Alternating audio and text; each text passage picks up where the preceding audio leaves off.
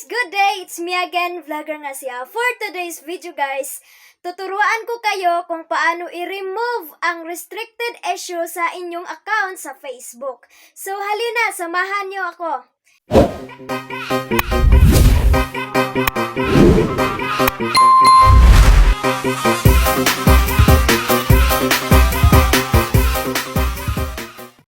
May problema ka ba dahil na restricted issue ang iyong Facebook account?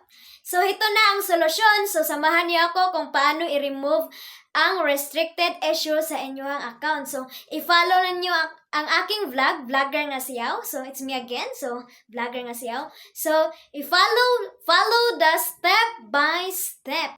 First step, i-click lang ninyo ang inyong Facebook account. So hanapin ang tatlong linya sa gilid. So second step, ito ang inyong gawin. So, hanapin ninyo ang help and support at pindutin ninyo yan at makikita nyo dyan ang report a problem. So, pindutin ninyo ang report a problem.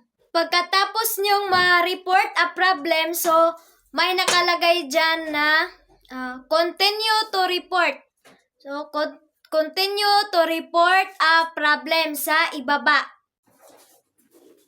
Pagkatapos nyong ma-continue to report a problem, so hintayin lang ninyo kasi mag-create a report. So creating a report, so need niya maghintay tayo ng 1 minute.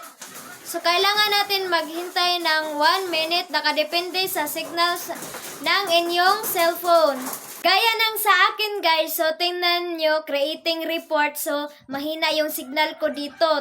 Pagkatapos mag-creating report, so makikita natin dito sa ibaba ang include. So pindutin natin ang include. Pagkatapos nating mag-include, so may makikita tayong mga profile, pages, so may mga mga sulat. So kailangan natin i-scroll down.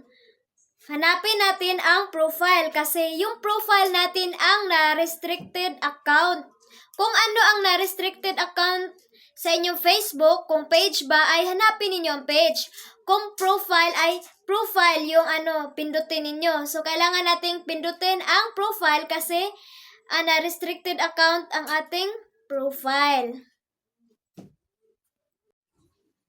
Pagkatapos, may makikita tayo dyan na upload a photo. So, kailangan natin i-upload yung photo na in-screenshot natin kanina na may nakasulat na restricted issue. So, kailangan natin i-screenshot yung account natin na restricted issue.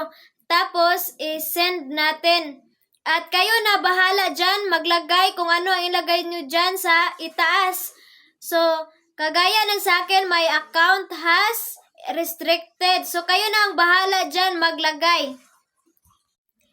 Tingnan lang ninyo kung paano ko ginawa. So, ayan guys. So, ayan. My Facebook account. So, kayo na ang bahala dyan kung ano ang inyong ilalagay. So, kailangan natin i-send. So, pagkatapos mag-send, so, hintayin lang natin yung finalizing bug report. So, kailangan natin maghintay. So, paalala lang po, hindi po ngayon ma-remove yung restricted issue natin. Kailangan pa nating maghintay ng 1 week or 1 week and a half. So, makikita natin yan sa notification. So, mag-notify si Facebook na remove na ang ating issue or restricted na sa Facebook account.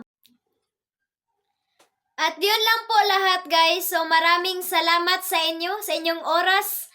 So, kung may kailangan kayo, mag-message lang kayo sa akin kung paano i-remove ang restricted account sa inyong Facebook. So, keep on watching lang. Thank you.